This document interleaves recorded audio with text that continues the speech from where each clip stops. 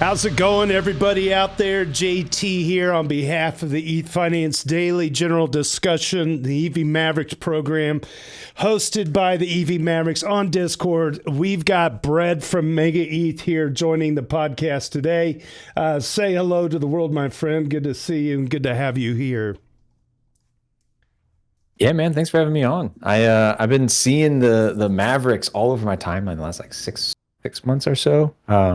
Just like more and more progressively, and came to respect the group. So whenever I, started pushing MegaETH harder, like, man, there's some communities I want to isolate and make sure I have a conversation with. You guys were one of them, so I'm happy to be here. Yeah, we're super proud, full of our NFTs. Just a real quick backstory on the Ethfinance EV Mavericks. We were all born on Reddit. All of the NFTs that you see, there's 1,324 of them that were produced, and they were airdropped to contributors of Ethfinance Daily General Discussion on Reddit. So this was basically the first and only that I know of retroactively awarded NFT to an already existing community. This wasn't something that people could just purchase and be part of the community. And even with that, we don't really token gate too much with it either. And you'll notice that those PFPs that you see out there on X and Warpcast, anywhere that you see that, these are a lot of really bonded people from the Reddit community in the Ethereum world. And we're just super proud of like the origin story.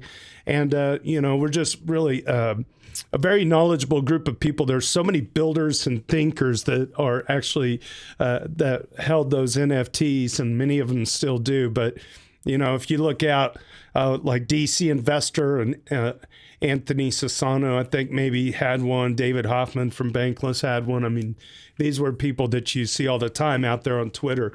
We're the OGs from Reddit that a lot of those big brains and personalities came from.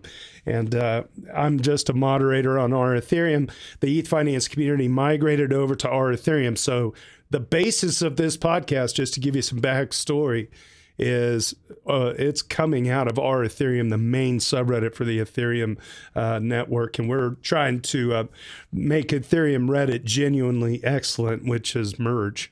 So there you go. Yeah, man, like that's actually, I cut my teeth there way back in the day.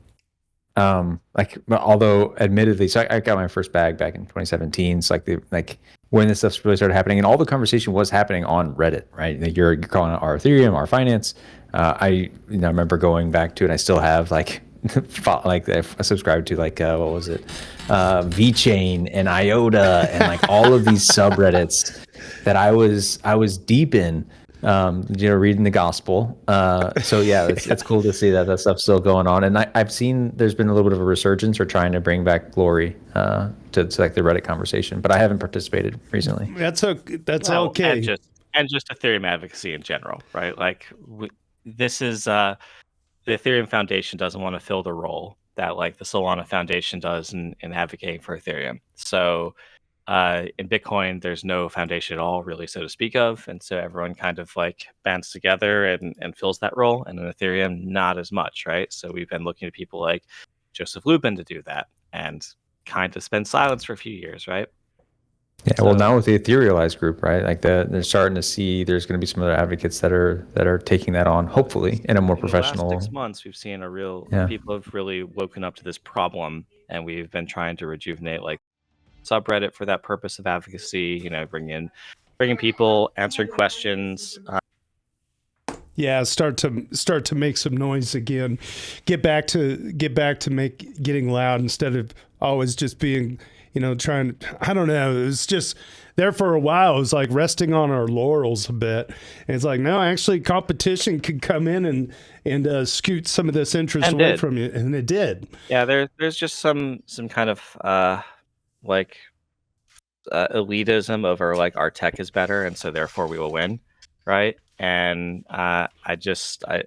we had plenty of people that would talk about the tech, right, and not a lot of people that would help you get started on the chain, right? So like once you just like withdraw your ETH from the exchange, what do? Go on crypto Twitter and find like, how do you discover quality applications and not scams, right? the signal that we had on social media around the time of like 2023, 2024, it really devolved into if you showed up and you were interested in learning about blockchains, you weren't going to walk away with a favorable impression of Ethereum, right?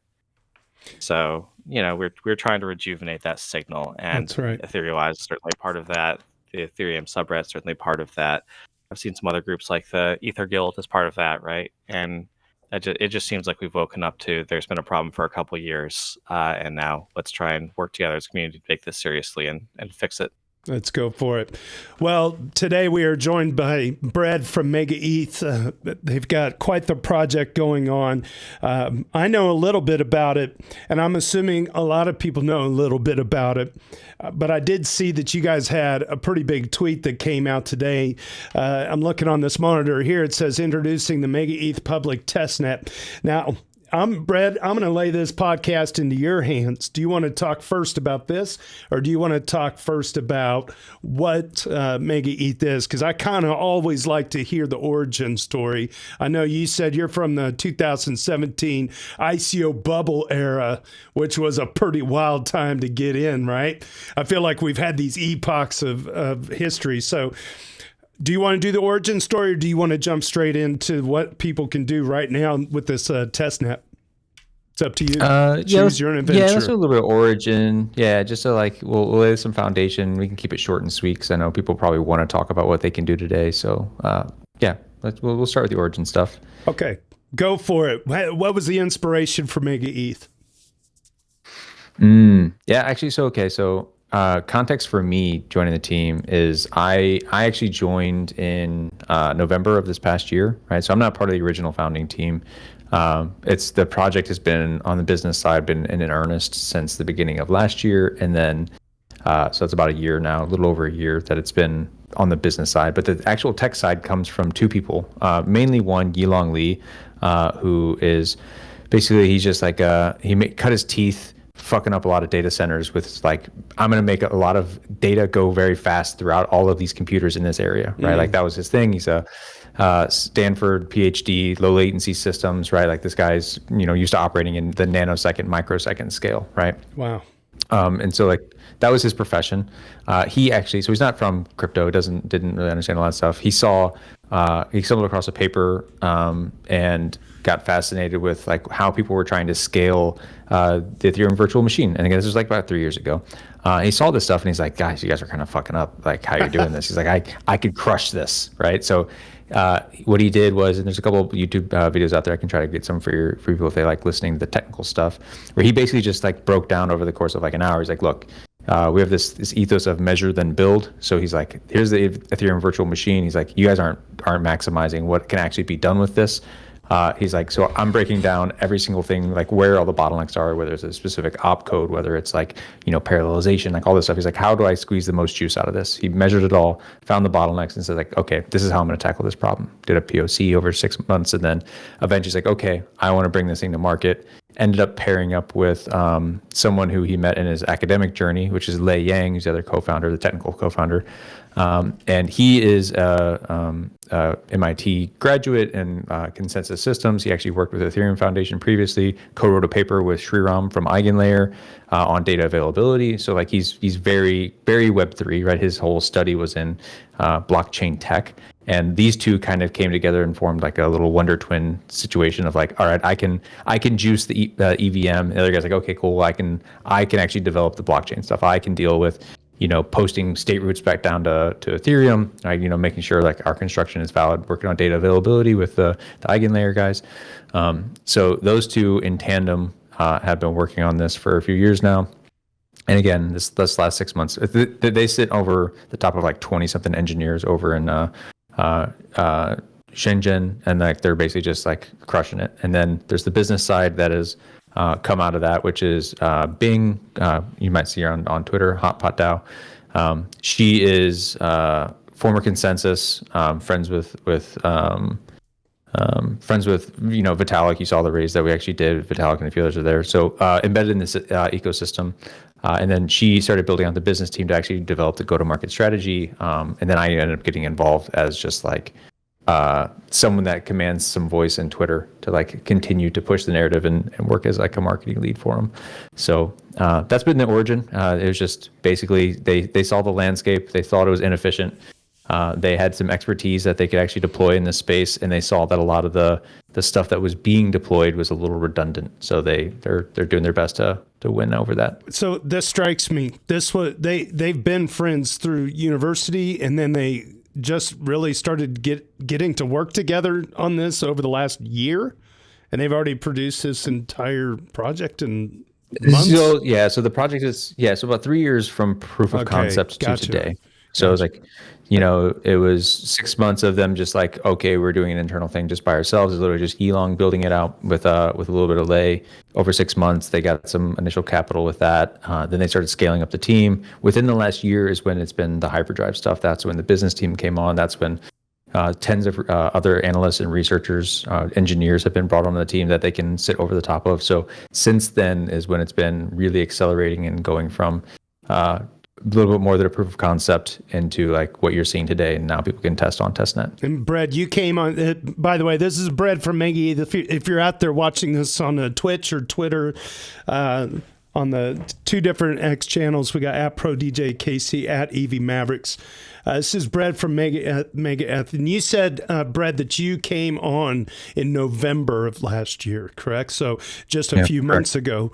Okay, so and your role is public relations, essentially community lead. Yeah, we're a pretty scrappy team. So like the business side tactics, like as we scaled up, you've probably seen in the ecosystem. This is why a lot of people are enthusiastic about what we've done. Is over the last we mentioned the ICO era, like we had some epochs that we've all lived through, whether it's NFTs, whatever. Over the years, a lot of these infrastructure projects have raised hundreds of millions of dollars to come to market, right? Which necessitates huge teams and just crazy marketing budget, all this stuff.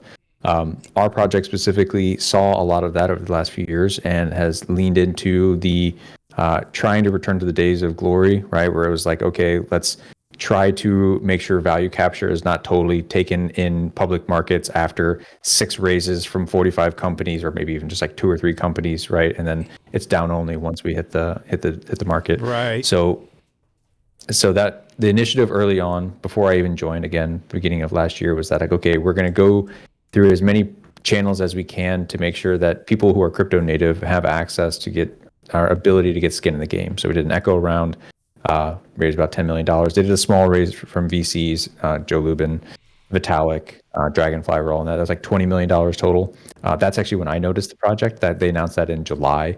I wrote about it. I come from I was just existing on Twitter as a content guy, whatever. And I wrote about MegaETH because I saw what they were doing, and it resonated with me as like, this is a team that is going kind of against the counter trend, right? They're saying everyone is trying to decentralize everything. Everyone's trying like whatever. And like, maybe we over indexed on some of this to the detriment of user experience, performance, whatever, right? We, in the beginning of the show, alluded to like, Ethereum just thought like, okay, people will come. And then you have people like Solana who stepped in and they're like, they put their floor to the ground and said like, all right, we're just going to accelerate, right? They're making some little opinionated decisions. They're going to push performance. They're going to try and scale to L1, all this stuff. In seeing all of that stuff, the Ethereum ecosystem now has ended up with some constructions that are not quite as performant as a Solana, but like also not as like value accretive as they would have liked because of the L2 constructions. But like it does handle load better, like broadly across the ecosystem, because you can have more machines doing more stuff. So like it's directionally correct, but the value accrual conversation is there. Anyways, these guys came along and I read the white paper and I saw that like, okay, they're not trying to maximally decentralize everything. They're like, okay, we're going to make an opinionated choice on like, we can leverage the roadmap that Ethereum has taken, right? By having these modular components, by really leaning into what like Ethereum provides, like, is the world class at providing, right? It's real time, or not real time, it's liveness, right? It never goes down. It's credibly neutral. It's censorship resistant, like all of these properties that Ethereum has. We can leverage those things to the max of our ability by becoming an L2, and then not even try to like take over consensus from Ethereum. Ethereum is the best consensus. It has the best. It's like it does the best thing. So we give that to them and say, we will then take on the execution environment. We will then take on providing to users the best experience. And then that's what this design has ultimately led to. And Again, people can see it a little bit today, but seeing that, I reached out to the team and ended up joining as like I guess it'd be like a CMO role these days, just like marketing. Congratulations. It made quite a few questions. Yeah, go ahead. Logri the Bard. Yeah, so blockchains provide a few different things now, right? There's data availability, there's sequencing, there's, as you said, consensus, there's settlement, there's execution. You're not trying to be a base rollup. You're not trying to be a native rollup. Were you an Optimium? Were you a Yeah, Validium and Optimium are the two constructions, and I don't know how educated I know you guys are pretty smart on Twitter, so I expect you guys to like know how to do this stuff or what the technical terms are. So like Optimium and Validium are just based on the proofs that you generate, right, as an L2.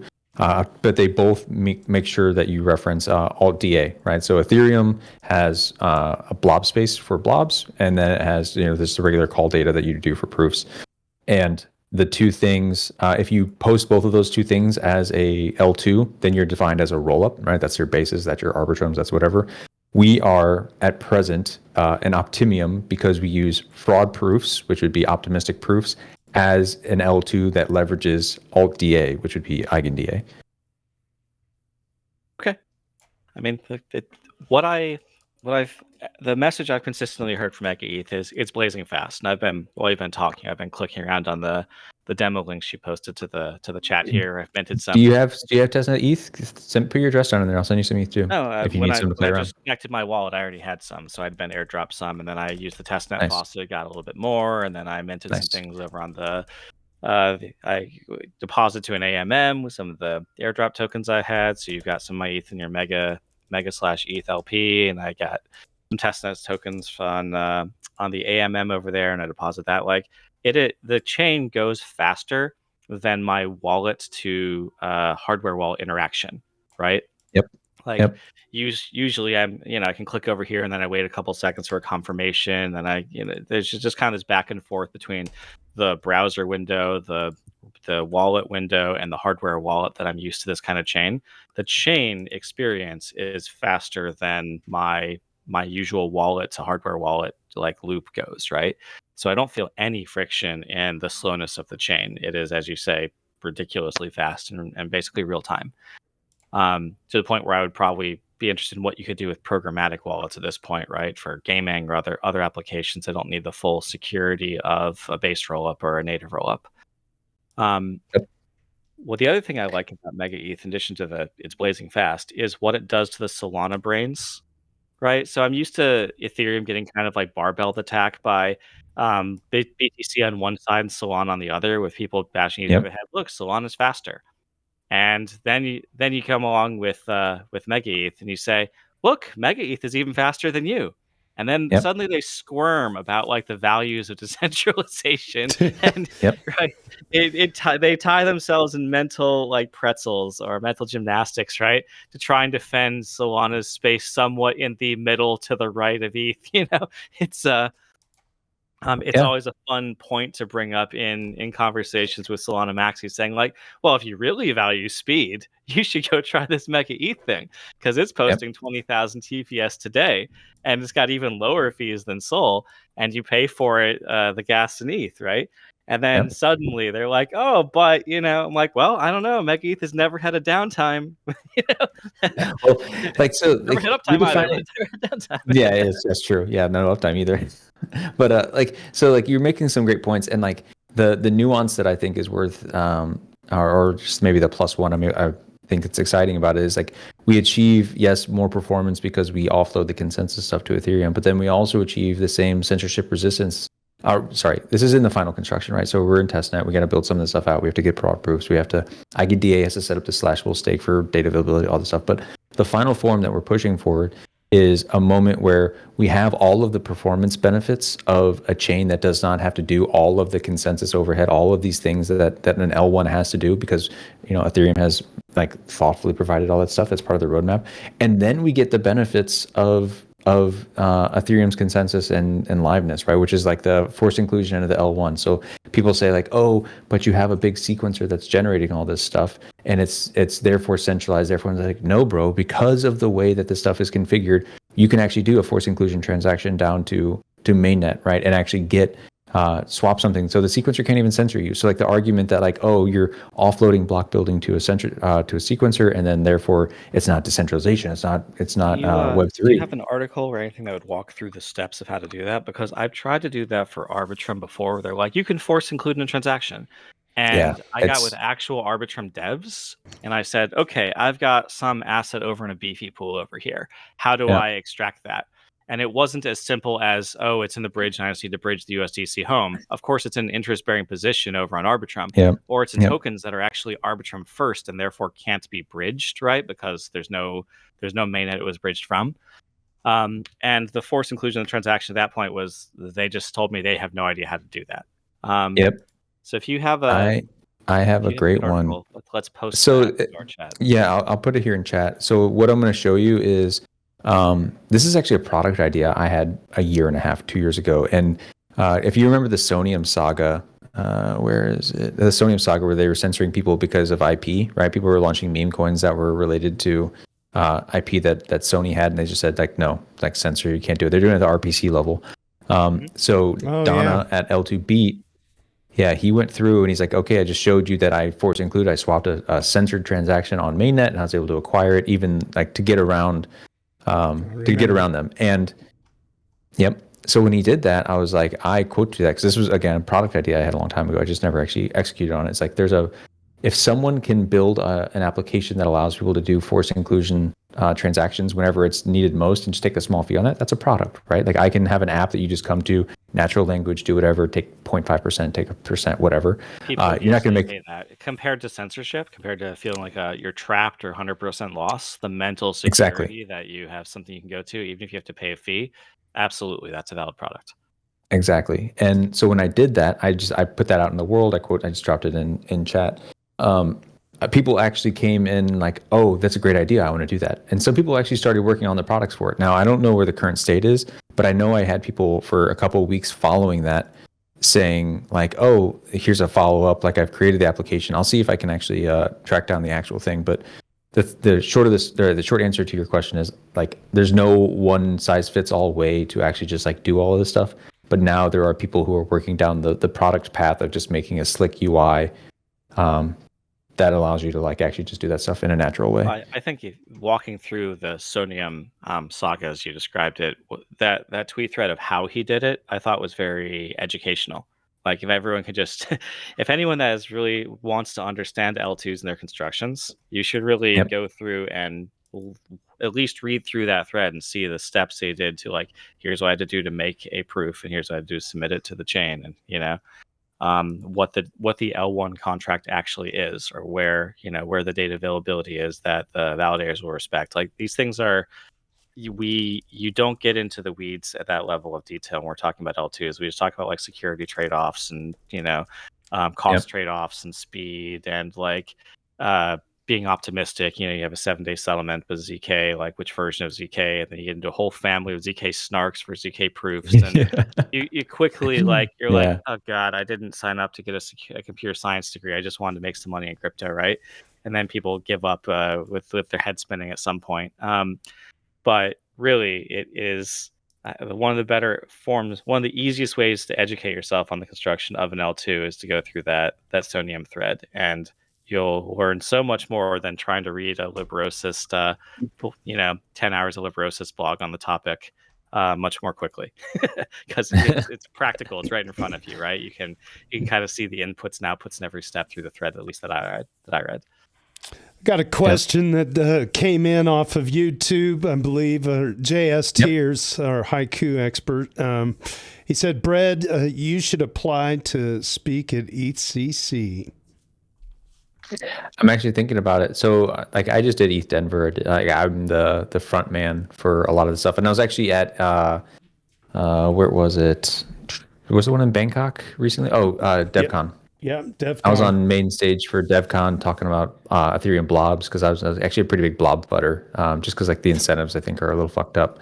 So I was on there with like Sassel and a few other people just talking shop. But I was also at ETH Denver. That was mostly mega stuff, and I'll probably either be at ETH Milan or ETHCC or both.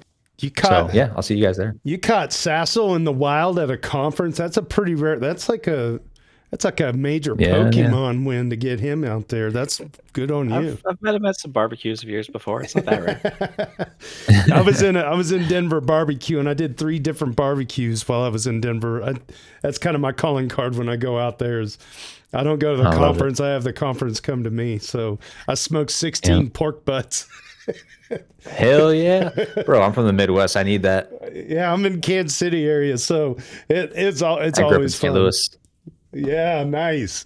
I used to go over there to tailgate with my brother At the watch some Chiefs KC games. game.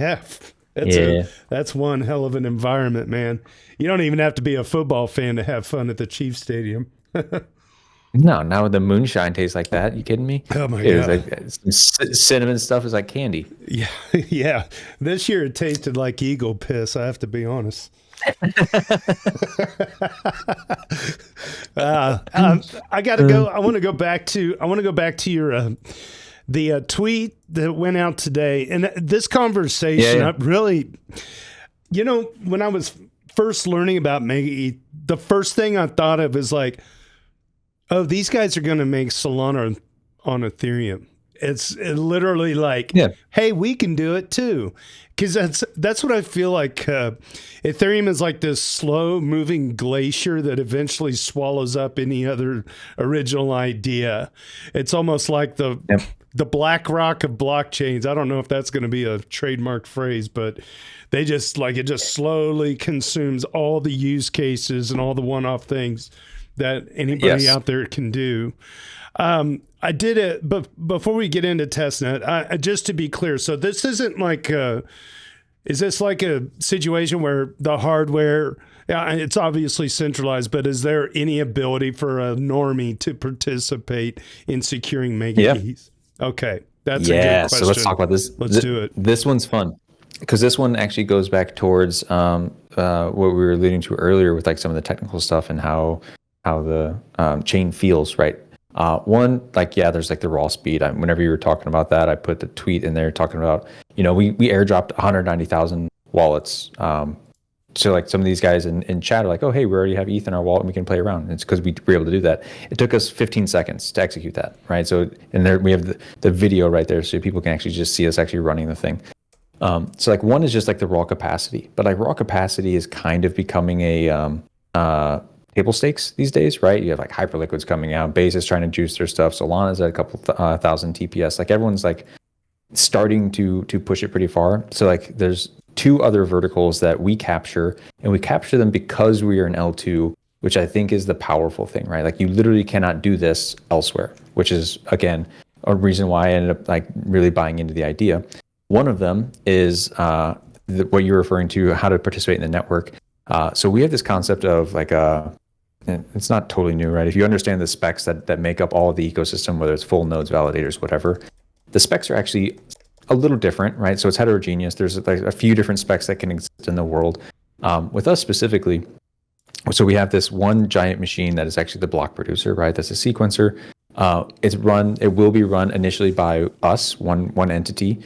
We will eventually open it up to more, but we will do it without introducing consensus, right? So that's to say that whenever a block is being built, it won't be built and agreed upon by 15 of these giant machines. It'll be built by a single machine, and then at some point that machine will rotate out and a new one will rotate in, right? And any of those machines can be run by multiple entities. So they won't all be MegaETH machines. It'll be us and the numbers haven't been settled, but multiple entities, right? And it'll just be a rotating leader that comes in and does stuff. And because we don't introduce consensus into that process, it means that we don't have to deal with the lag time of coming to consensus, right? That's why our block times are shrunk to 10 milliseconds right now. That's why whenever, he was mentioning his hardware wallet feels instantaneous, we call it real time.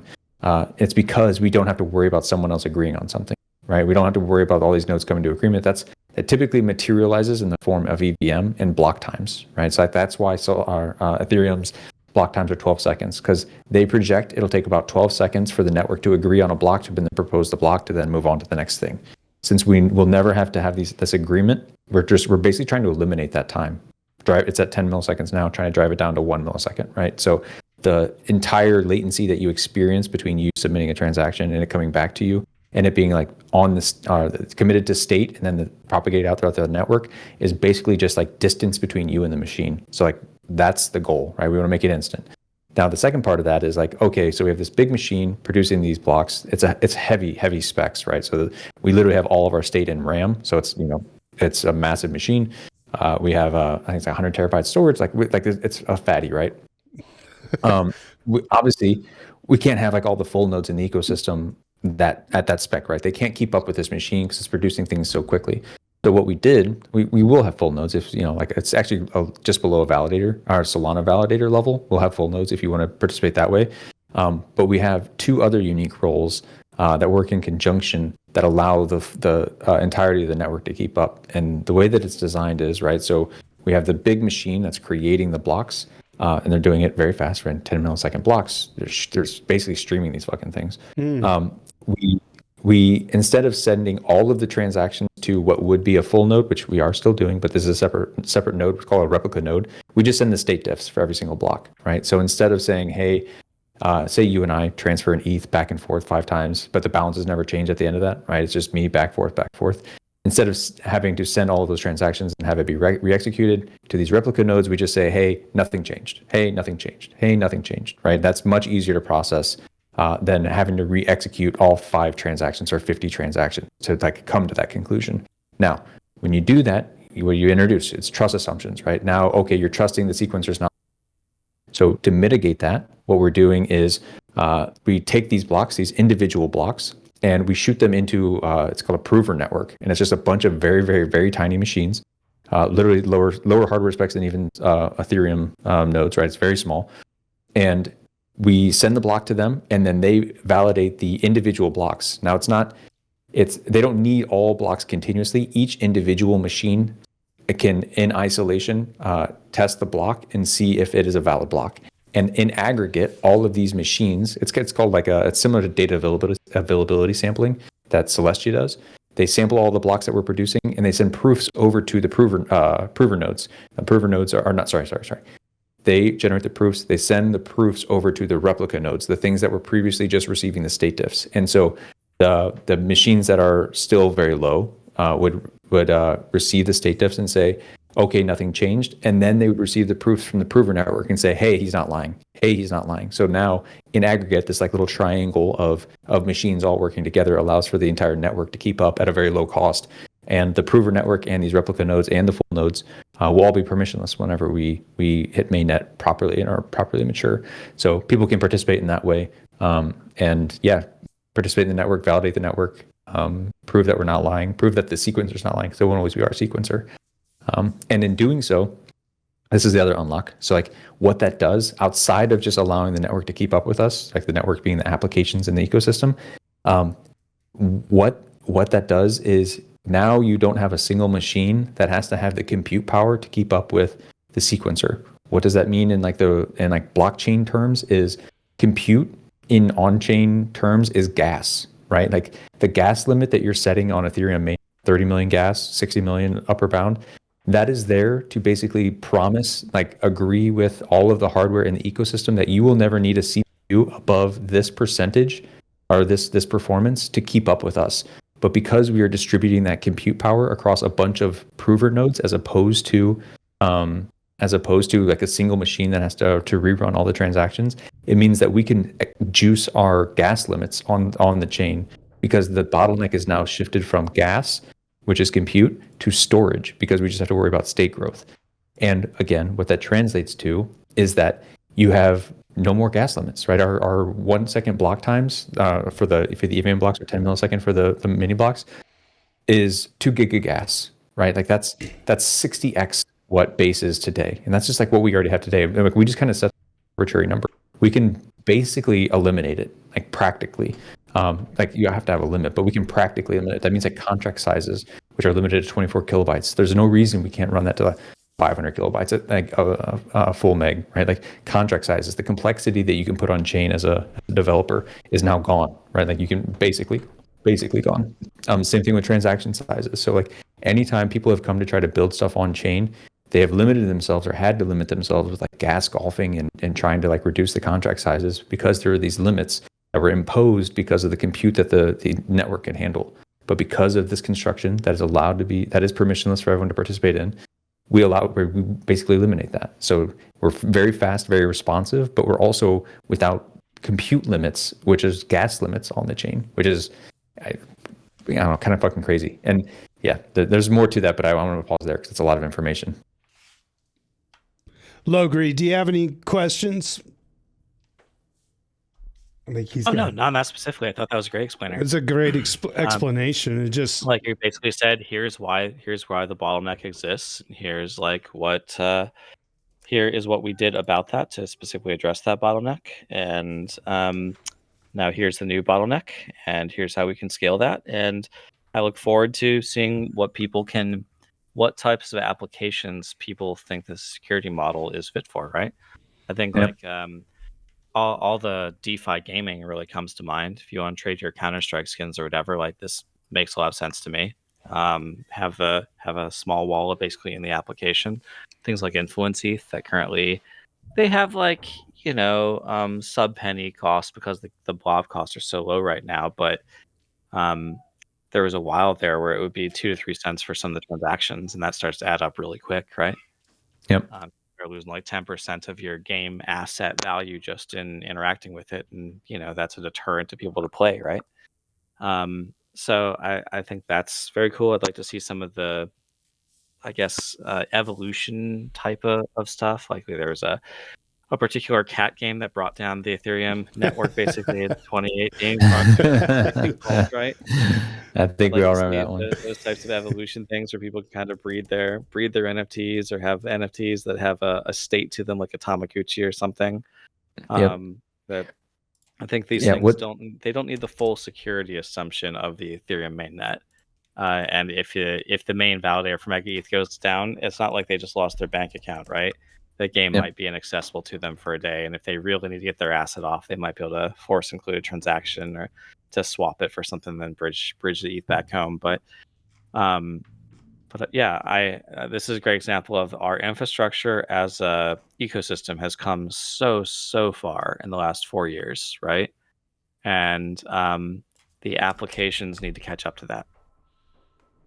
Yep. Yeah. The hope is we can just, like you mentioned, like smart wallets a little bit earlier. Like the dream is that this, like the blockchain can actually recede to the back end, right? Like you just don't know it's there. It's just like a normal thing, and you just interact with your app because you enjoy your app, and maybe it has some blockchain components, but it's imperceptible. And then, as you said, like if you come to a point where like, oh, you need your money back or you get to do whatever, then you maybe do a special procedure to force and get out and go return to Ethereum mainnet, that kind of stuff, right?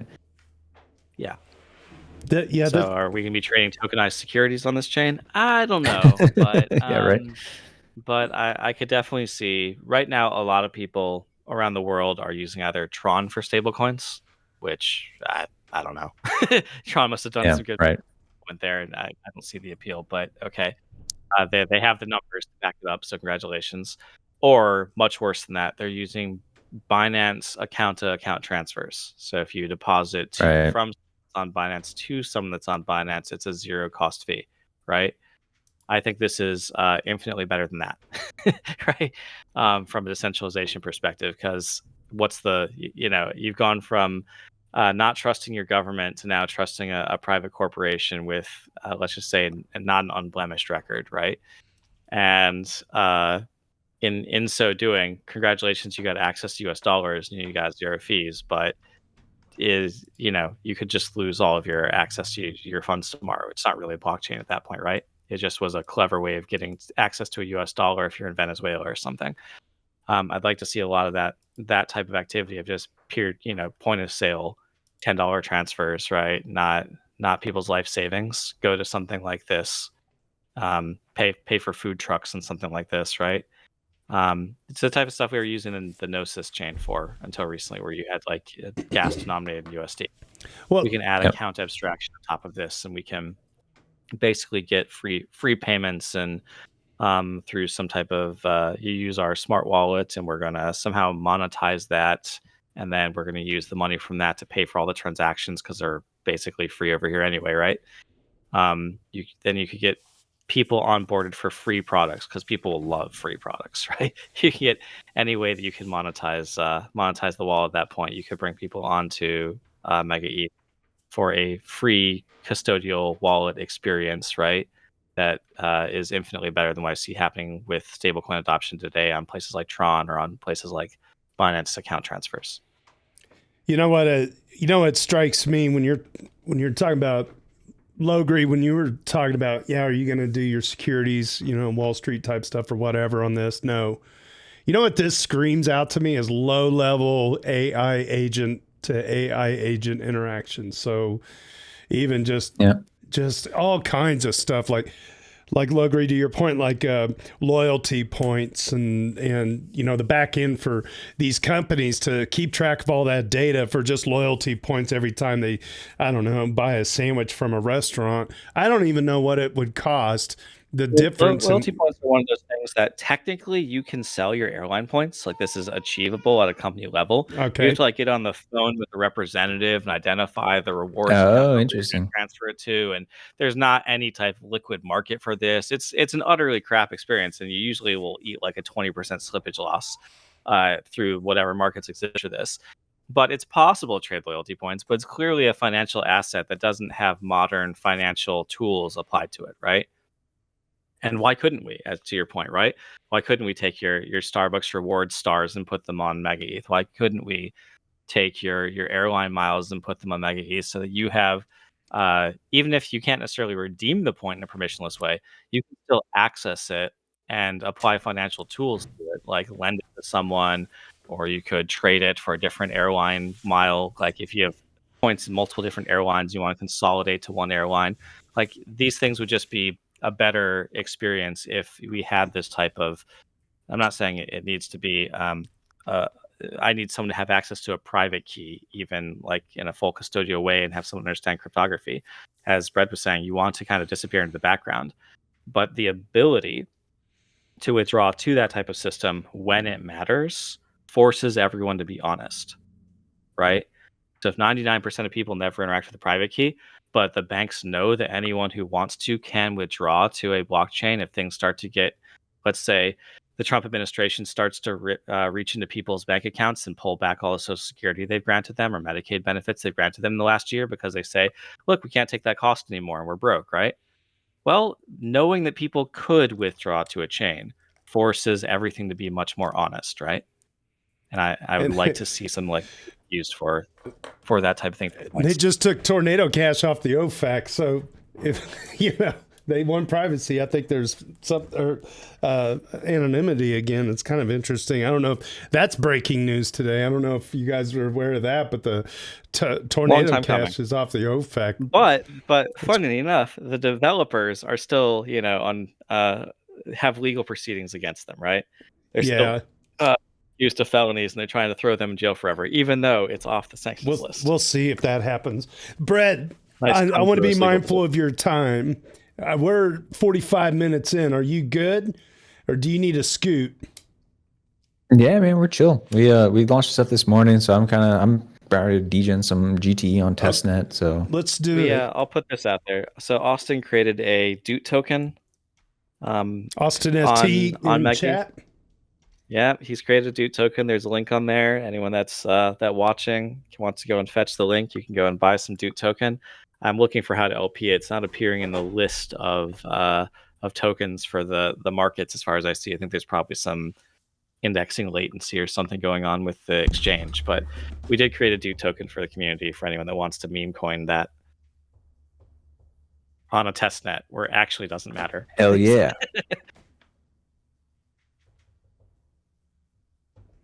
Sorry, I'm logging into my Lattice over here.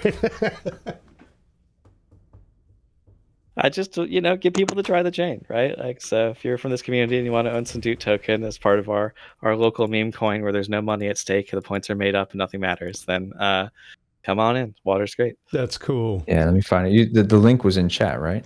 I remember. Yeah, so I'll grab it from above and post it at the bottom of the chat. Hold on.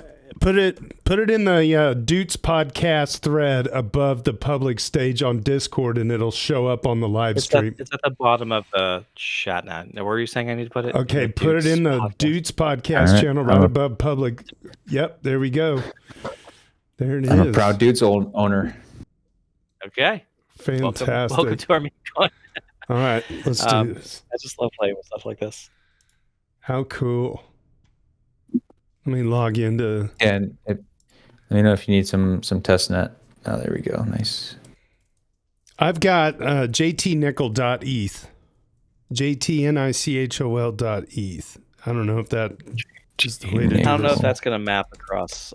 Well, I guess the address will be the same. So yeah. Yeah, the address will. Google's got my back. It'll resolve. Yep. Google's got my back. That was like kind of a quiet thing that got built out. Is that integration? Yeah, I mean, yeah, you can just Google for any NS on Google and it'll resolve the address for you. It's easy enough. All right, so let me see. All right, coming your way. Cool. So it's in your pocket.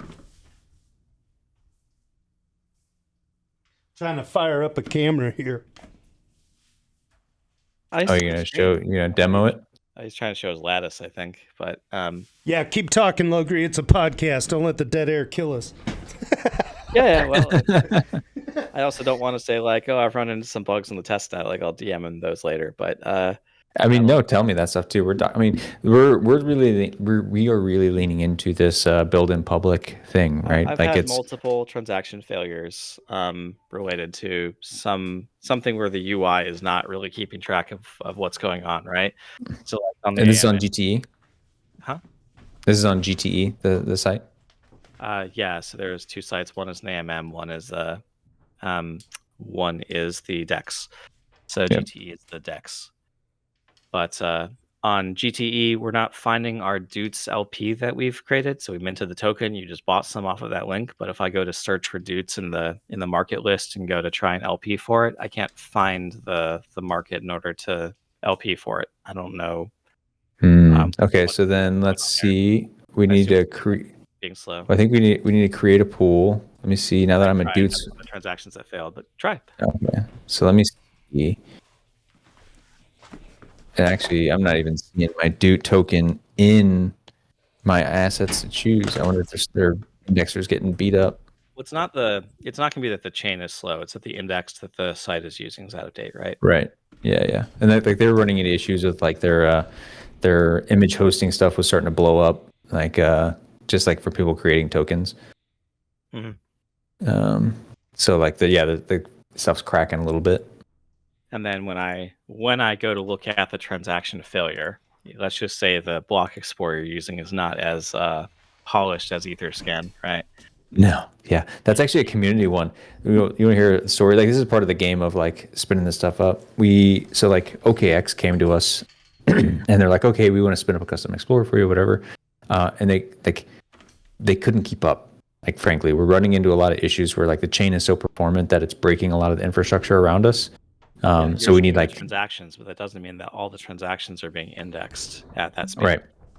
Right. So like one is visualizing that stuff. One is so like that. What you're seeing there is like doesn't have an archival node.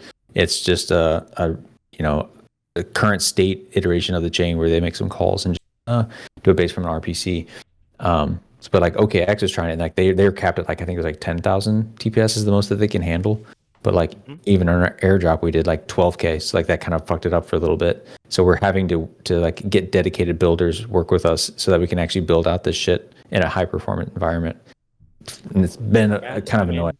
I have at least one of my prior jobs. I did streaming for Twitter fire hoses for okay analysis.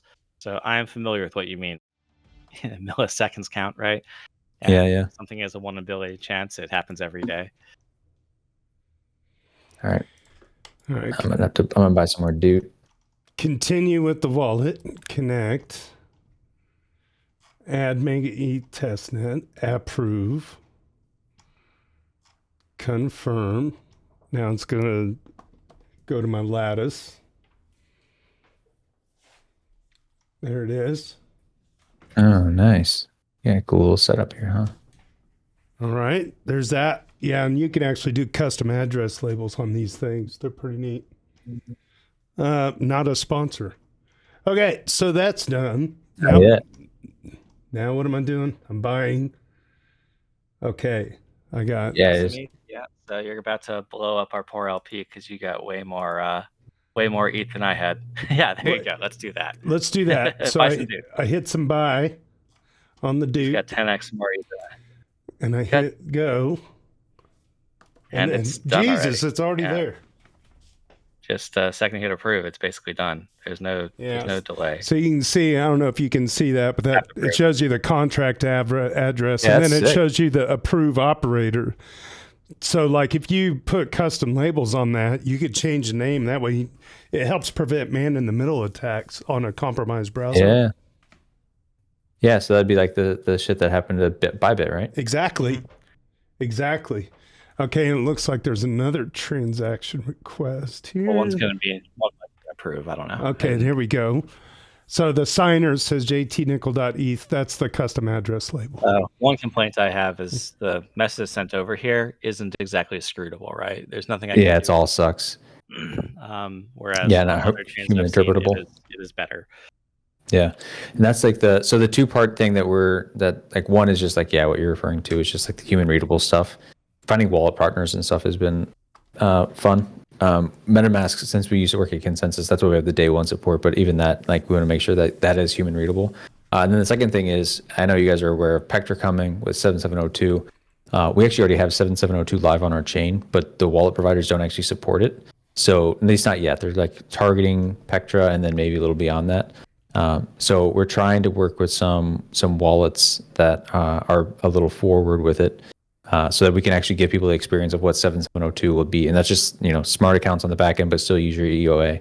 So we're excited to try to like eliminate the approve swap flow for people ASAP. Nice. Wonderful. So Austin ST, do you want to... Austin, I don't know if you wanted to jump on stage or not. We can get you up here if you wanted to ask any questions direct. But yeah, Austin made this thing. I'll invite you to speak, but he may not be able to. He's like an ultra-thon. I always joke that the dude's running more than he is sitting down. He's like an ultra marathon runner. Hell yeah. He's legit. Okay. All right. Is there anything else we want to cover before we start going into the second half of the show? Anything about testnet? I mean, we kind of demonstrated it. People can go to megaeth.com. I remember what I wanted to ask. Is the career path. So I don't know if this is totally up to date. I'll switch monitors here. Are you still looking for executive admin assistant, full stack engineer, senior product engineer? I mean, there's jobs, folks, if you're looking for them. Are there any job listings here that are currently not listed that you guys are also looking for? So this leads into a two-part thing. Cool. One is that, like, we talked about how like chain's cool, it's like fast, whatever, you guys are experiencing it. It's nice to be able to let people do that. The second thing is like, the chain's worthless if no one's actually using the fucking thing, right? So one of the initiatives early on for us to make sure that we found some founders that we wanted to bet on, right? Continue our opinionated effort to like find people, bet on them, really like lean into the human element of this stuff. And what you're seeing there, so like there's four-ish apps and the different logos, the red one, GTE, red one's Noise, Pump Party, Hop.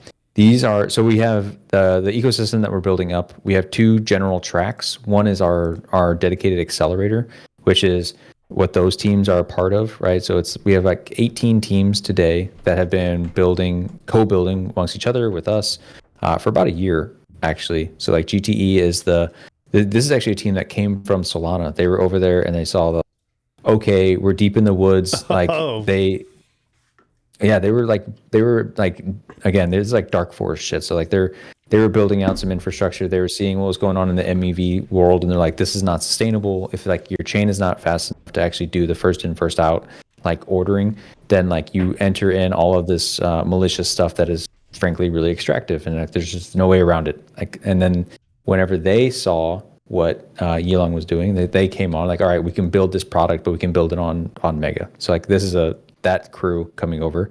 But then Noise is another one. It's a product that's trying to build markets around mindshare, which like you guys may be familiar with, like Kaido, right? So like they're trying to create an asset class of like you can long short like the mind share of something. So like if instead of like wanting to play with shit coins and like I want to buy AI XBT because I think AI agents are good, it's like I don't want to buy AI XBT. I want to buy the concept of AI agents broadly gaining mind share, right? Like so it's a little bit more of like an indexed approach to it, but it's without doing indexes across the actual tokens themselves.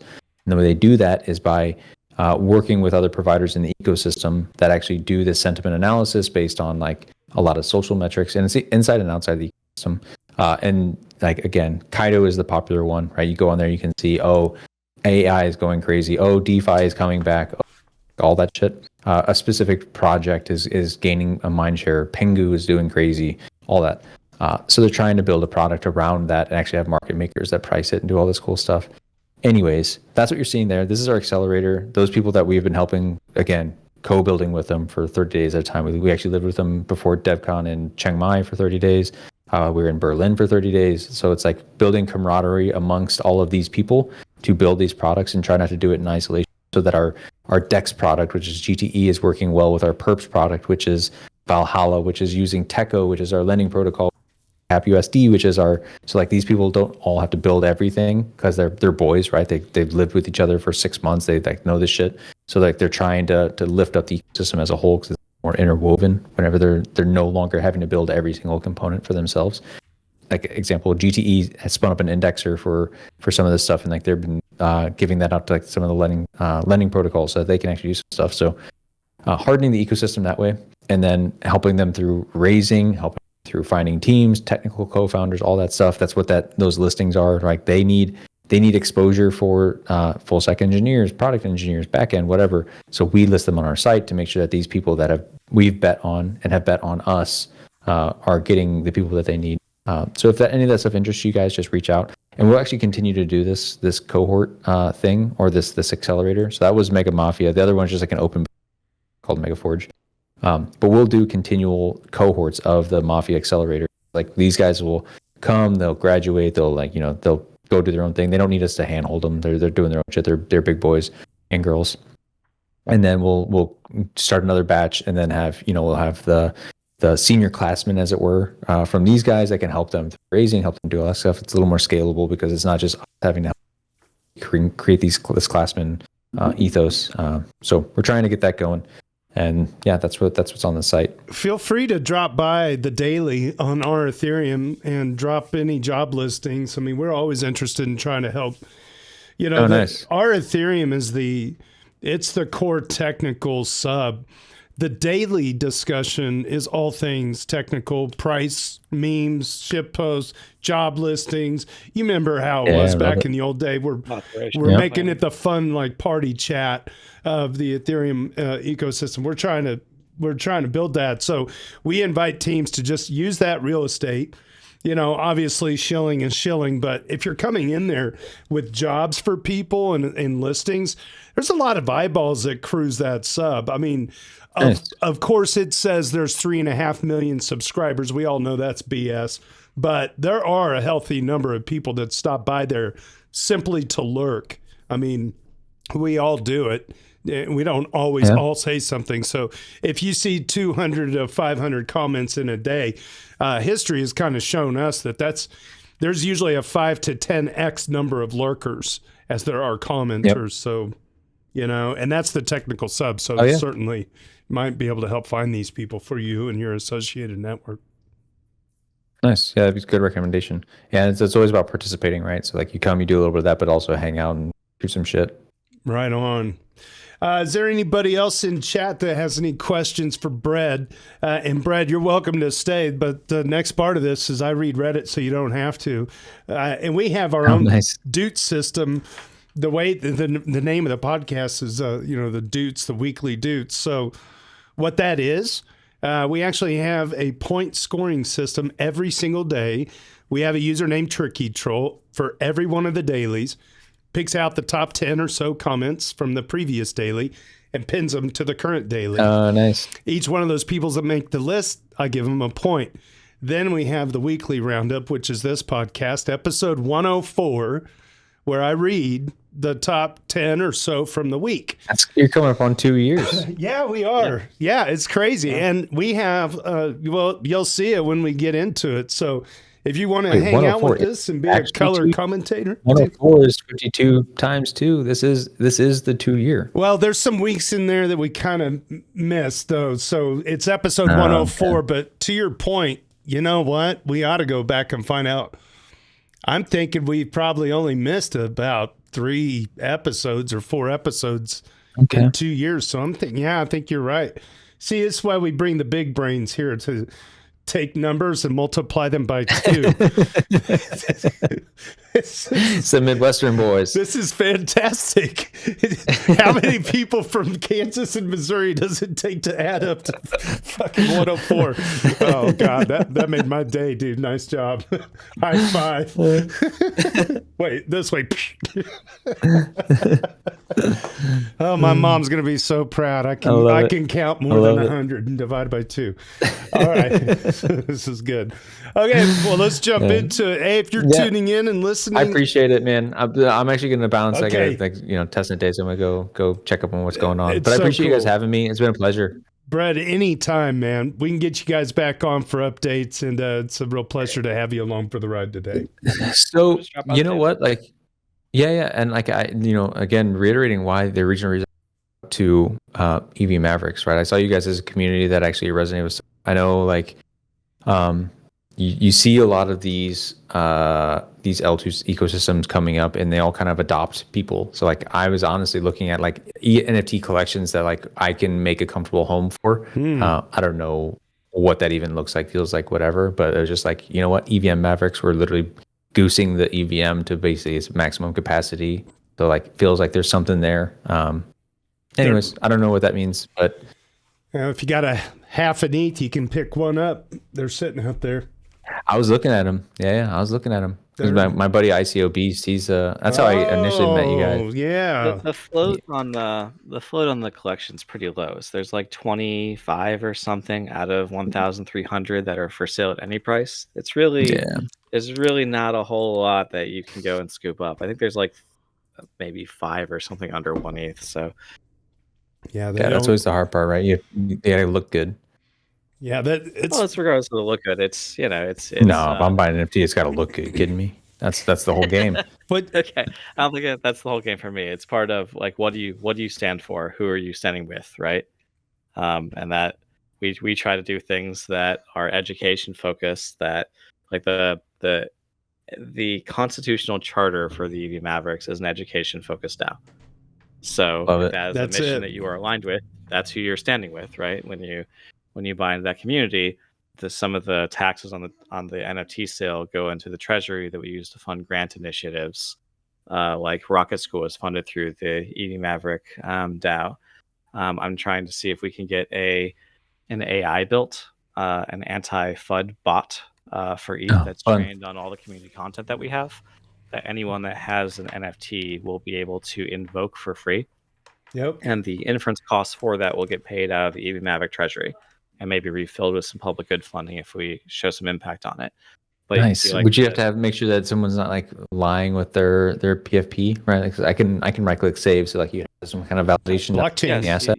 Exactly. You'd have to have some type of way of signing a message from the address that you're about to whatever do, right? We'll figure it out. But assuming we can tie it to that and it doesn't get DDoSed, then anyone that's an EV Maverick will be able to invoke that bot for free. And the inference costs will come out of the EV Maverick treasury to start with, and then maybe like we'll get some Gitcoin grant funding or some Octane funding or something as a public good in order to. The model itself will be free, so if anyone would like to go and download it from Hugging Face, they're welcome to. But the serving of it costs money, so we will pay for that out of the treasury. And if I can get that grant proposal opposed, and that's just the type of thing that taxes go for, right? It's education focused, and that's what you mean with if you're joining our community. That's what you're aligned with. Nice. I'm sitting here looking through them now. I won't say who, but we had an EV Maverick in the White House last week, talking to the Economic Council. So this was This was an original NFT holder too. This wasn't somebody that bought one. So yeah, it's a pretty incredible group, and God knows the number of lurkers that because there's 1,324 of them that were doled out. And, not everybody's public as to who has them. I've met some people at conferences that have said, JT, hey, dude, I'm a holder. Or whatever. You have no idea. Yeah, that's awesome. Yeah. That's always fun. Cool. We don't usually spend as long as we have on this podcast shilling our backs. But... Yeah, that's true. Yeah, they're not getting mine. None of them. I love it. Well, listen, Brad, we won't keep you. Congrats again, on guys. Testnet, and hope to get you back on in the near future. Maybe in 52 weeks, if we don't, and then we can sit down and do the math again. We'll book you for 156. It's okay. What a gem. Well, thanks again so much, man. You have a great rest of your day. Yeah, likewise, guys. Take it easy. Bye-bye. All right. Good stuff. Brad from MegaETH. So glad that you could drop by and hang out with us. Let's see. Well, I think it's about that time, friends. Weekly Doots live stream is all about showcasing the best of the week from the Ethfinance Daily General Discussion on our Ethereum. This is a read-along reaction series. And if you want to follow along, head to dailydoots.com, designed and produced by Hani Abu. Big thanks to Tricky Troll for capturing and curating each day's Doots. And the A word for curating this most beloved weekly list. Subscribe to us wherever you get your podcasts. We're on a million different links right now. We even have all of our links in one easy to find location here at dailydoots.com/podcast. And if you want to mint this episode, we'll have it up on pods.media/EV Mavericks in a few hours. And as always, if you know somebody that wants a piece of this action, let's send them my way. All right, let's do it. Here we go. As always, I never read these before they get posted. And looks like we are ready to rock and roll. March 28th, Grant Hummer from Etherealize. At least Grant will join us. April 4th, Chris and Jordan from Summer.fi. April 11th, Brahm Alawalia rescheduled. He's coming on April 11th from Lumina Wealth. Always love talking to him. And April 18th, Tobias Schreier from Grow the Pie. Grow the Pie, a very active contributor on Reddit these days. So really good to have somebody from Grow the Pie hanging out with us on April 18th. All right, here we go. Looks like I wouldn't be surprised if Grant has to reschedule, but we need to follow up with them and confirm that he's still going to try and make on the 28th, or if Danny would like to jump in instead or whatever. But yeah, I really would like to have Etherealize on. We've got a lot to contribute to each other here. Well, and they got, you know what? We're just one more outlet. They got to spread their gospel to people, and we're the people. So I would hope they'd make. Well, no, I'm not trying to make this a one-way valve. Sure. I'm trying to figure out how our community can contribute to their mission. Yeah, right on. That's fair. Definitely, I agree. All right, morning roundup. Frank the Tank chimes in. Ethereum $10.9 gives us a price of $32.60. That can't be right. Did we pump? I don't think so. I don't even think it's $23.60. What year is this? Now the ratio looks right, 0.02356. I don't even want to open up CoinGecko because I'll probably be. It's just bloody. Don't bother. Is it really? Is it below? What? Nah, don't tell me. I don't care. Not two. All right, weekly. Here we go. Not two. All right, that feels better. Weekly haiku courtesy of JS Tears. The address unique Ethereum machine tweak. The DeFi boutique. And there you have it. JS Tears with your weekly haiku. How does he do it? Stats with Dr. ETH. I always like to come down to the ETF flow. Out 71.8 million over the last 3 days. And just on the last recorded day, down 11.7 million. Looks like the ETFs are kind of bleeding out. BlackRock leading the charge. This is all time. Looks like over the last 3 days.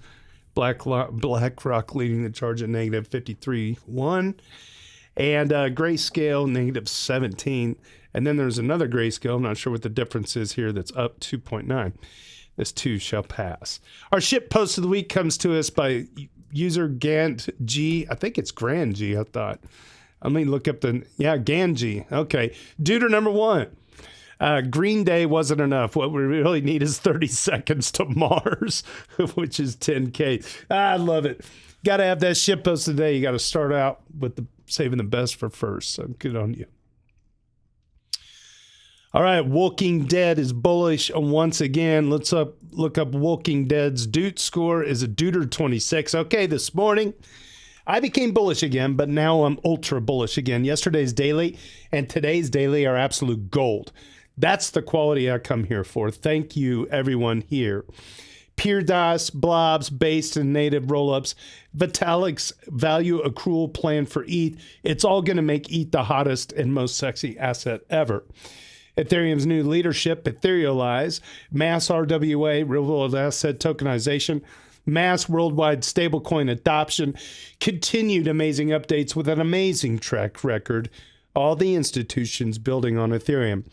Years ago, I could keep track of what's happening on Ethereum, but it has gotten so big, I simply can't do that anymore. That's why you need EthereumAdoption.com. Everything points to this being the most amazing investment opportunity of our lifetime. We just need to wait a little while longer, and the many plans, ideas, and dreams will be accomplished. So if you open up EthereumAdoption.com, is this a Hani Abu contribution to the world? It's got to be somewhere. Yes, it is. I'm like, yeah, this looks very familiar. Yeah, so Hani Abu made this site. It's so great. It shows you what's all in development. It shows you all the network activity, all the different things going on. This is just this is just in the last few weeks. If you go back to the beginning of the year, there's been like 15 things that are on the list that you can point to as being certified adoption. It's incredible. It's so cool.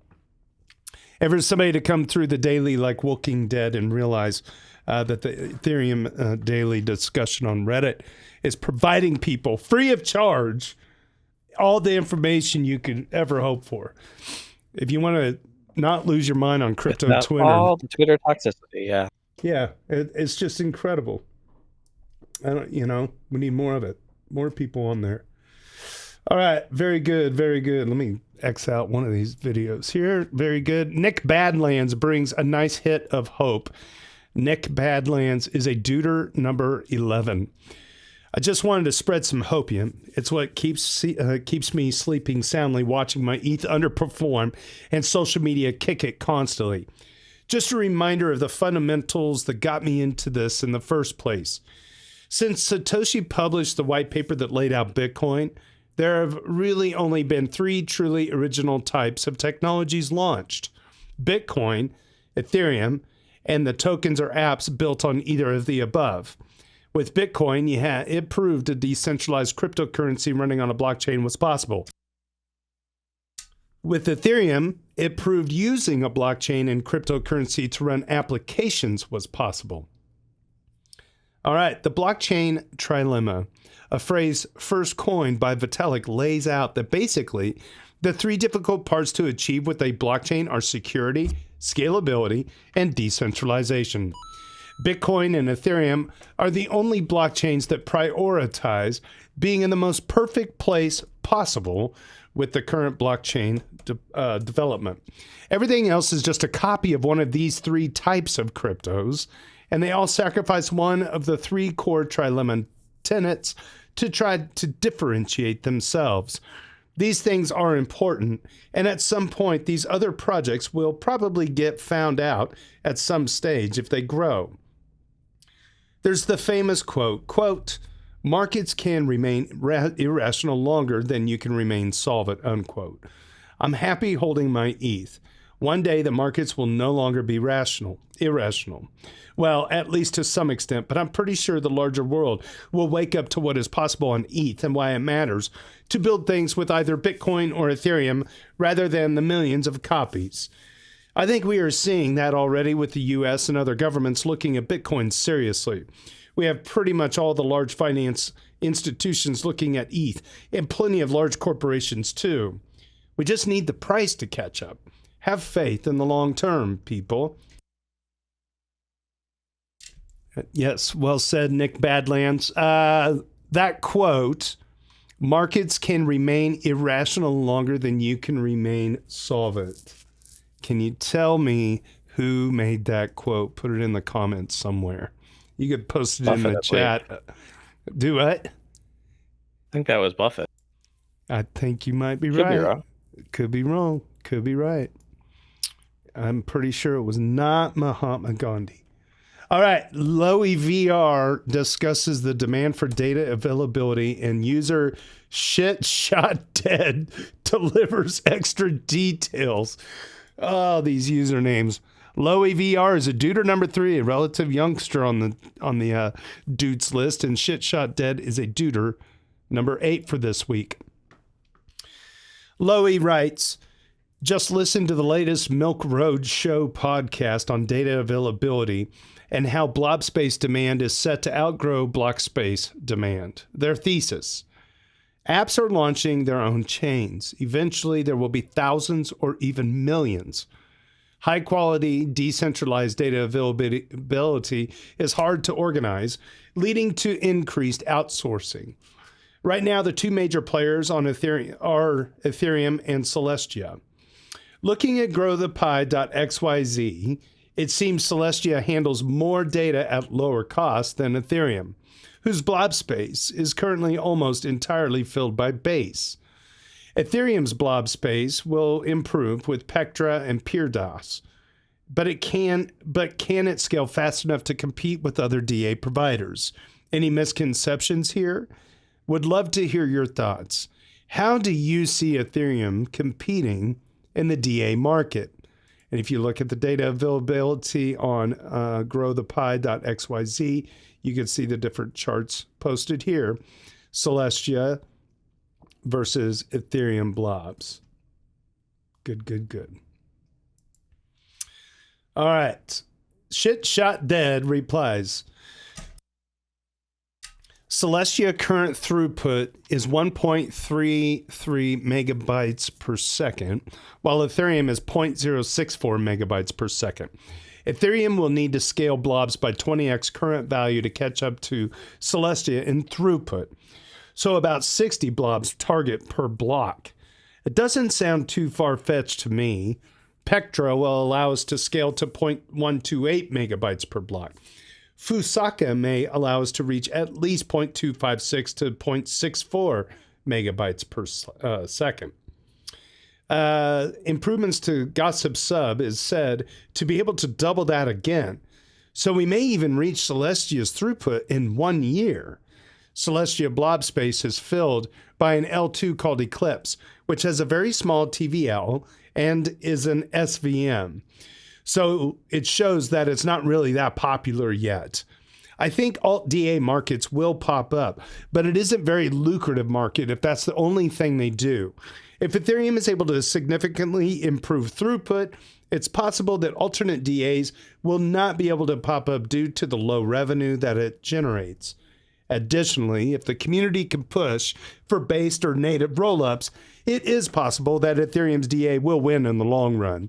We just need to focus to be the most secure and most decentralized settlement layer, allowing companies to have peace of mind to use our data availability and our network. After that, the rest is history. Yeah, I wish we had a stat on what the EigenDA throughput is in that post, because he talked about Celestia and blobs, right? MegaETH's running on EigenDA, they said. So I'm just curious for anyone that might know what the comparison is between Celestia and EigenDA. I know they work very differently. So every node on Celestia has the full copy of the data, whereas the nodes on EigenDA are using something called data erasure, which basically means you can hold some like a square root of n of the amount of data and still reconstruct the whole thing if nodes go missing, which allows us to scale the number of nodes on EigenDA to be more decentralized. But Celestia has a system whereby each of the nodes is more trusted, basically, because they have to respond to challenges that prove they have the whole data set. So I wonder how much the overhead of those challenges are in terms of the nodes and how much that limits the throughput of the Celestia DA system compared to any overhead from the EigenDA approach, but I haven't seen a head-to-head comparison of the throughput of them in the way that he's describing here. Thank you. Treebeard says EigenDA has significantly higher throughput than Celestia. There's a chart that I've seen one sec, so hopefully it'll pull something up for us. Yeah, and Treebeard, if you want to throw it up in the podcast channel chat, it'll show up on the stream. We'll revisit it if he comes up with the link. I'll make sure it's in the Dudes podcast. We can pull it up. Yeah, right on. Very good. All right, user Grow the Pie sets the record straight about L2 fees. growthepie.xyz is the website, and they are very active in our daily thread. Thank you, Grow the Pie. About L2 fees, correcting some misinformation that I think has spread from other platforms. Yeah, color me shocked. Misinformation. Base pulled roughly $2.5 million in fees last month and paid Ethereum less than $11,000. Optimism is making roughly $321 in L2 fees for every dollar it pays to ETH. L2s are insanely profitable, but ETH barely sees any of its value. Okay, here's the correction. Last month, Base paid over $300,000 to Ethereum, not $11,000. Considering that the month previous they paid over $1.6 million, it seems even more misleading. This is not to say that Base doesn't make a healthy, quote, on-chain, unquote, profit with a 92.6% margin in the past 6 months. This cannot be denied.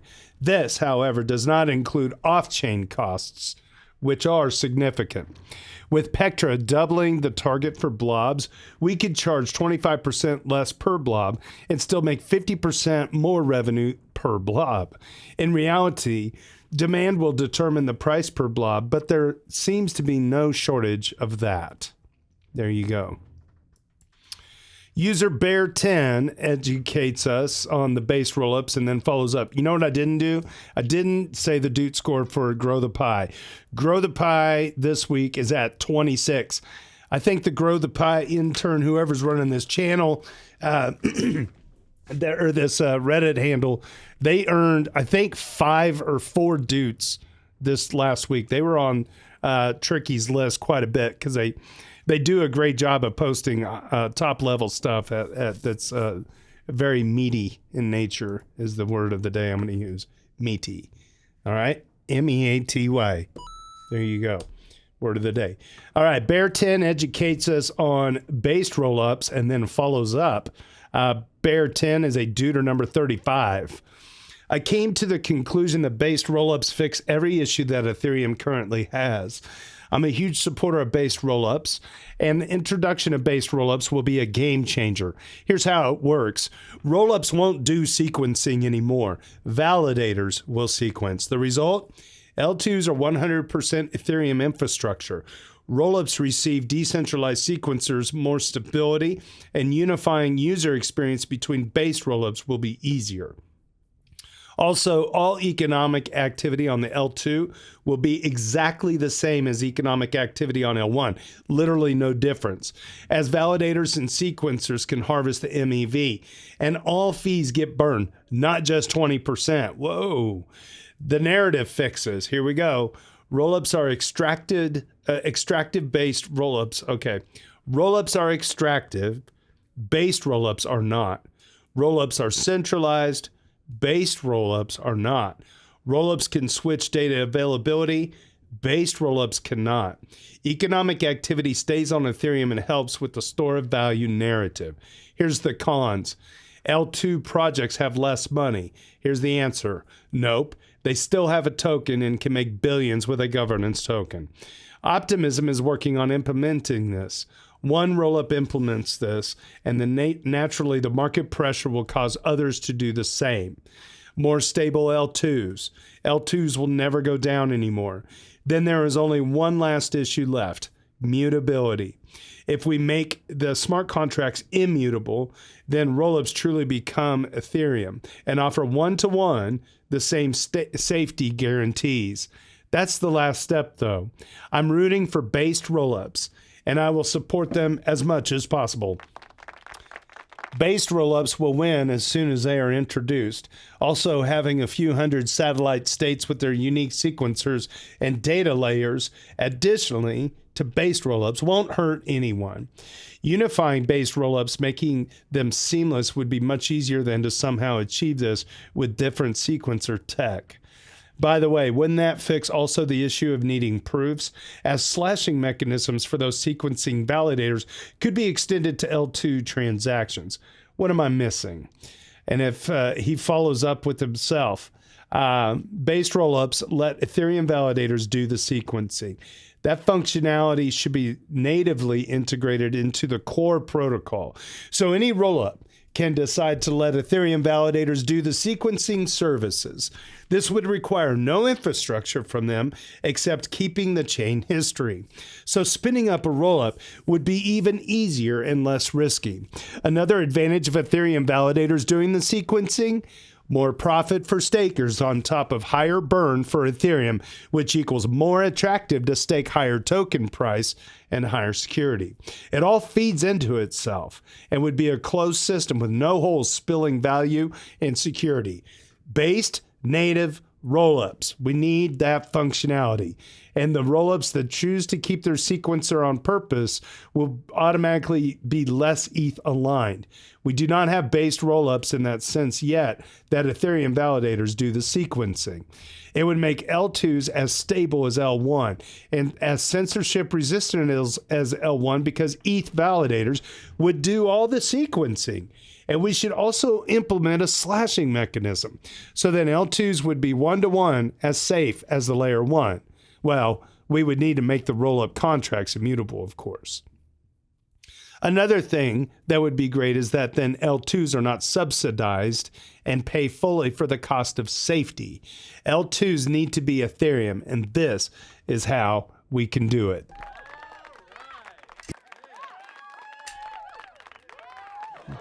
Wow, that was a banger, huh? Good job. All right, Tricky Troll. Tricky Troll got nominated for the weekly By the A Word. Tricky Troll is a duder, number 35 this week. I was closing out tabs. Just building off of user Bearton's amazing post on it. Here we go. Based rollups from yesterday. What is the game theory to get L2s to actually upgrade to based rollups?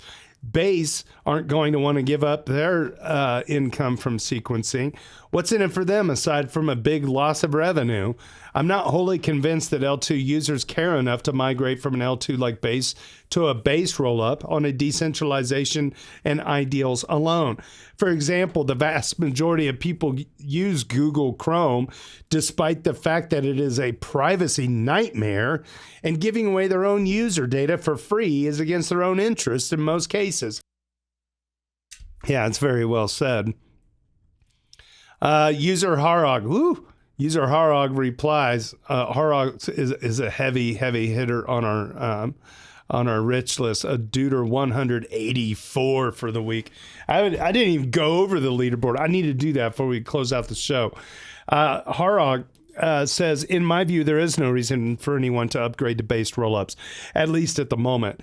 There are still quite a bit of hurdles to overcome until they are better than current rollups. Your question regarding income from sequencing is only half valid. Sequencing fees can be split into base fee and priority fee, as most rollups use EIP 1559. Even when they upgrade to based, the rollup creators should be able to decide what happens with the base fee. They are only giving the control away over the priority fee part. If we look at the ratio on Ethereum mainnet, it was around 80 to 90% base fee and 10 to 20% priority fee for a very long time. I am not convinced that this exact ratio would hold on a rollup as well. But at least it gives an indication that the rollup creator might be able to keep a substantial part of the income. An additional advantage for the rollup creator is that they are able to hand over part of their job to other actors, which lowers their operation cost and reduces their liabilities from a regulatory standpoint. The disadvantage for the user at the moment is that based rollups have to keep the 12-second time slot of Ethereum, which results in a worse user experience compared to other rollups. At the moment, normal rollups do not extract MEV directly and do not allow sandwiching. In based rollups, toxic MEV is an issue again. Pre-confirmations and MEV protection might solve some or most of the issues there. What based rollups can give the user in the future is seamless interoperability between different based rollups. This will allow more efficient trade execution and bring the different rollups closer together. Permissionless sequencing, which in my understanding comes with based rollups, will also give us pretty much real-time censorship resistance. There are reasons to think that based rollups might become a superior way of running rollups. We are just not there yet. At the moment, there are pretty much zero reasons for a rollup to become based, though. I can't see a future where, air quote, normal rollups will have to choose if they want to become based or even native based for the better security guarantees and native interoperability it brings, or if they turn into L2s with Alt-DA for the cheaper execution prices and scalability they can get there. There might be no middle ground anymore. Specific for the case of base, I have not seen yet any indication of them doing anything malicious or trying to defect from their goals of being a rollup. They are part of a publicly traded company and for sure do not do things out of the goodness of their heart. At the moment, their goals still align very much with Ethereum's goals, even though they are slower than competitors in making next steps regarding security. If they want to become a credibly neutral layer for other institutions to build on Base, then I do not see another way than for them to become a based or even native based rollup. If their goal is to just bring DeFi to Coinbase users, then their setup is good enough, and there might be no reason to turn it into a based rollup. We will see which niche they will try to occupy in the future. And that is a massive reply by user Harog to Tricky Troll and ultimately Bear 10. Yeah, definitely some pros and cons in there, right? God, he lays it out. Some healthy discourse, right? In the Doots podcast, Treebeard did drop a Twitter link, so if you pull that up, we'll show. Okay, very good. Let's do that real quick. All right. Call back to our previous thing. So we were looking for the delta between Celestia, which apparently ETH needs to become 60 times faster in order to catch up with Celestia, and EigenDA, which is data availability available on Ethereum today. And what? I'm sorry. What am I picking up? What am I pulling up? There's a tweet from Treebeard just above from Bread Guy Status. Bread Guy Status. Gotcha. Okay. Okay, Bread says it's actually more scaling pragmatism than pure cost savings, but there's a pure chart, so I don't know what you're looking at. No, there it is. Yep, right. That one. Click it. There it is. All right. So, yes, Ethereum has the numbers here don't perfectly align with the Weekly Dooted post, right? Because this looks like Ethereum. Well, this includes the L1 and the DA, but okay, throughput of Ethereum in data is maybe 4 times less than Celestia, according to this chart. The other post said we need to do 60x. But even if you grant a 15x on top of Celestia's current thing, that would push it to maybe 5 megabits a second. I don't remember what the other post said. That still says EigenDA is at least 3 times faster, but here it says it's over 10x faster, right? 30x faster. So, yeah, I don't think we have a throughput problem for Ethereum right now. Average blob count per block.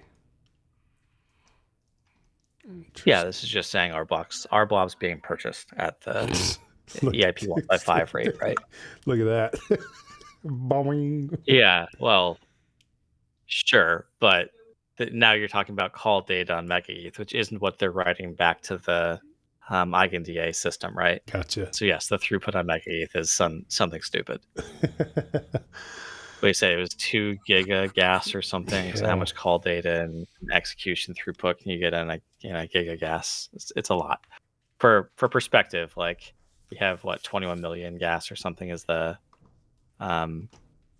what's the current block size in gas? Anyone know offhand? It's changed recently because we increased to like 20%. Yeah, I don't know. Oh, James Carnley's in the crowd today. Good to see you, friend. All right. We're getting down the It was list. around 21. Now it's around 30. So 32 million gas units per block. So the difference between million and billion is quite a lot. I have to get a drink because I see who's next. Logri the Bard. Logri the Bard on the Weekly Doots show. We got 3 more left and we got a banger. Here we You go. do not have to read much on this one. That's it. I don't need to. You're just people can redirect. Yeah. It was just an announcement saying my next gen tokens post is out. Oh, okay. Well, was this the one that you wrote last week that I read? The next gen tokenomics? You have read sections of this over the past like 2.5 months. Okay. So it's a big thing. All right. Feel So free to retweet it, but at Logri the Bard, I'm going to repost right now, tokenomicsexplained.com, and he's got his blog post on next gen tokens. Yeah, because I remember reading a piece of this. This was kind of like the delta neutral. It was like, I remember it was like was this part of the post that had to deal with doing long and short positions and not having to pay taxes? that's the delta neutral section, but that's one section of the longer post, right? Gotcha. So I've got things on yield bearing indices in there, and I've got things on insurance tokens in there that you've read. So you've got like 6 or 7 Doots rolled up into narrative and woven together and edited, polished, and all that, right? Very good. Yeah, check that out. Tokenomicsexplained.com/next gen tokens. And if you follow at Logri the Bard, he's got it right there on his Twitter feed, posted on March 17th. And you can give that a like and a retweet as well. You got to put some shoes on the babies. I know you give it away. Let's see here. Moving on down, 2 left for the day. Greg Foley. That just sounds like a fake username, but it's a real name. Let's see. Greg Foley is, if I hit view on Reddit, here we go. Sorry, I'm getting a little punch drunk. Oh, the view on Reddit didn't work. Hyperlinks to the Dudes podcast. So I can't see his score. Well, here's user Greg Foley. Let's see if I can get a score this way. Yeah. All right, duder number 8 this week.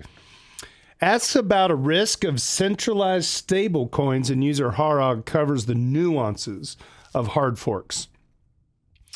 Okay, do centralized stable coins destroy Ethereum's decentralization? For example, Circle has a bug that allows massive minting, and the coins get traded before they can get frozen, and proposes a fork to undo the exploit. You have to follow their fork if you want your USDC, or just don't want most of the major protocols to collapse due to their bad debt. Does this give Circle or the US government control over Ethereum? This is an old conversation. We were talking about this 5 years ago, man. Yeah. This isn't something I hear Vitalik or other researchers talking about.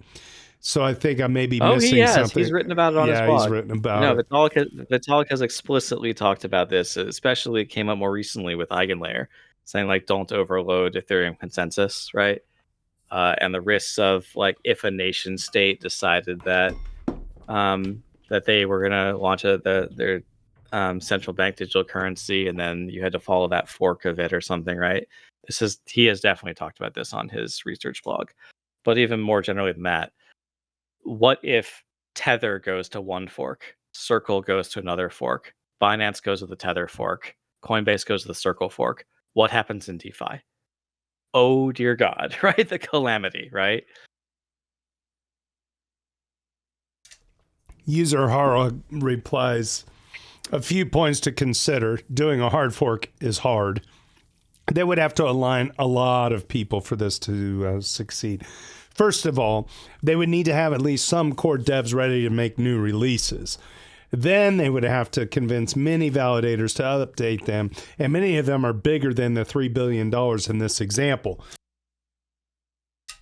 Comparing the Bybit hack of 1.5 billion, where no one is even considering doing anything like that, I don't even think 3 billion is a big enough price. Even if they manage to coordinate, the attacker would know exactly which of their wallets are targeted.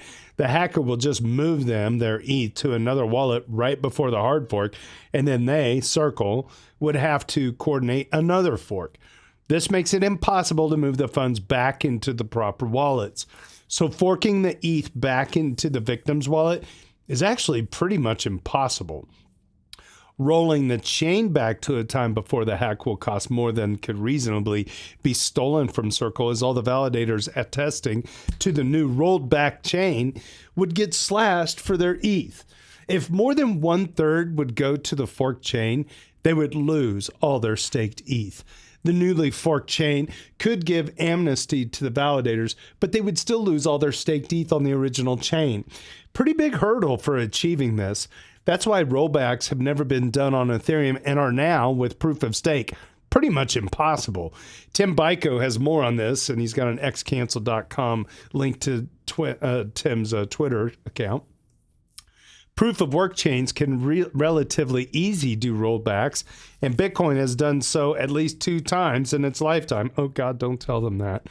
Proof of stake chains without slashing, almost all the ones outside of Ethereum, can also easily roll back. The only way to prevent this is for Circle to lock down their smart contracts as much as possible and have strict access control to the upgradable parts.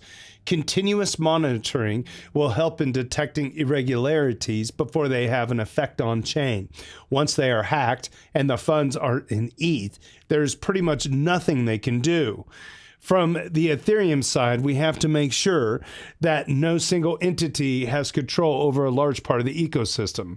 We need multiple smaller stablecoin providers, centralized and decentralized ones. We need multiple LST and LRT providers. That is why the community rebelled against the plan of Lido and Steth becoming the new ETH. We need multiples of everything, or in other words, we need diversity, so that any breach of any protocol will at most impact only a small subset of the network. That is what resilience means.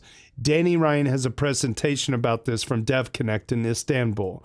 There is also a blog post from around that time. I cannot find the blog post at the moment, but here's the video, and he posts the link. Edit. Clarify the end sentence in the second paragraph and add a nuance in paragraph 3. So there you go. Another reply from Harag. And then Harag got the last dude of the week. Harag is like such a freaking animal. Amazing. Yo, they turned my lights off in here. Animal and a good friend. Somebody on the other side of the office turned the lights off, but that's okay. I'm an ugly mug anyway. User Harag comments on Coinbase's staking transparency report by user ETH2353 makes a good point about why it's particularly important that Coinbase's stake share doesn't grow. All right, Coinbase, according to Harag, released a staking transparency report today. Let's open up this link, shall we? Ethereum Validator Performance Report. Uptime, participation time. Oh, look at that. Looks like 99.52. That's pretty much on the money. Our validators operate in Japan, Singapore, Ireland. I'm going to Ireland this year. Germany and Hong Kong. Okay, good. Until now, it was unknown how many validators Coinbase runs. Hildabi, famous for his Dune dashboards, managed to track down about 86,000 validators. 8%? 8% of all validators operate under Coinbase. Good God, man. How dare you? Woo! It was clear that not all were found. Some estimated that Coinbase runs up to 21%. 21% of the 1.05 million validators on Ethereum. That's shocking, man. Jesus. In their transparency report, Coinbase says they run 120,000 validators, which is 11.4% of all validators on the network. They would never lie to us, would they? I'm very happy about this low number. That's low. I always assume more of a worst case scenario that they ran 20 to 25% of all validators already. And the staking ETFs will further add to that. Dude, I'm not happy that they're running 11% of all the validators. That's a lot, man. That's a lot. Shit. Well, okay, it's 11% now, but imagine that we launch staking ETFs, right? Okay, And fair, but then then Coinbase yeah, is the custodian right. for the staking ETFs. Right. So then just the CB ETH would be 11%, but then all the staked ETF ETH would also be held by them effectively as a custodian. They'd be running the validators, they'd be making the fork choice, right? So the problem gets quickly, much worse than that. Throw another 100 billion, God damn. at the problem in a couple of years. Yeah. And yeah, I hope they go with I don't know Kraken or that the staking Gemini or ETFs give a shit about diversified, parties as much as we do, right? I would They're just hope gonna be they like, look, did. everyone. No, they don't. Right? Like, no one at Van Eck or whatever actually cares about anything other than the SEC approval and the yield, right? Yeah, but if So they're to them, supposed to be doing the stuff on idea- behalf of their customers, they should. Their customers want the ETH price to go up, sure, but like they don't have the technical understanding. It just maybe Bitwise has some amount of care, but like it's you'd want people to go and use some amount of Kraken, right, for their staking ETF and some amount of a diversified set of participants, including maybe Lido or Rocket Pool or whatever, right? But they don't want the technical complexity. They just want SEC approval. And the more complicated the proposal to the SEC, the more difficult that approval process is, which is why every financial innovation is the minimum possible change from the previous one, right? And the minimum possible change is, look, we're already doing all of the custodian with Coinbase because it's the most above board of the centralized exchanges available, and it's centered in the US, right? So we're already doing all of the custodial efforts with Coinbase. We're just going to have them run the validators like they already do for CB ETH. It's already been successful. No changes to look at here, right? Yeah. So just from this principle of minimum change, nothing to see here, please approve us. They're going to be giving Coinbase a lot more ETH for validators for that share that you're looking at go up. Yeah, I don't doubt it. It's way worse than I thought. Okay. They run Lighthouse 20%, Prism 80%, together with Geth at 36% and Nethermind at 64%. At least those numbers are spread out a little bit. Wait, I don't get this. How does that add up to 100%? What am I not reading here? 20% Prism. 20 and 80 is 100%. Okay, And gotcha. 36 and 64 are 100%. Remember, this is gotcha. Execution versus consensus. Gotcha. Okay, that makes sense. Not an excellent client diversity, but much better than they had a year ago when it was 100% Geth. Okay, now I see the difference. Overall, I see it as a positive development that they released such a report, especially because the unknown number of Coinbase validators was always a bit of an issue when discussing centralization risks. We certainly would hope that they're going to use DVT eventually to run multiple, 3 at least consensus and execution clients, their validators. So if there's a fault, it's not as though Geth would win in a majority answer sense. So the answer is going to become more complicated than just a pie chart. It's going to be a pie chart of every section of that could have its own pie chart. Yeah, exactly. Hence, yeah. But the result would be if there's a bug in a minority client, they wouldn't even submit the answer from the minority client. They would submit the answer from the majority of the clients that are running. And then DVT. Yeah. Go ahead. Is that it? No, that's how DVT works, right? That's how you run multiple validators that are backing basically multiple clients that are running backing each of the validator slots. Okay. And then user ETH2353 is a Duder33 this week. They replied, "Hey, thanks for sharing. This transparency is nice to see, finally. For example, Lido's been doing this kind of thing for years, but better late than never. Coinbase's size is still about 10x what I'd personally like the biggest single staking entities to be. And with staking ETFs, I am still wary of them growing further. Considering they, Coinbase and Circle, are also a stablecoin issuer, I think it's a bit dangerous for them to have a lot of power over Ethereum's consensus layer. In case of a potential future stablecoin related fork, they could choose the fork that benefits the stablecoin instead of a more neutral fork.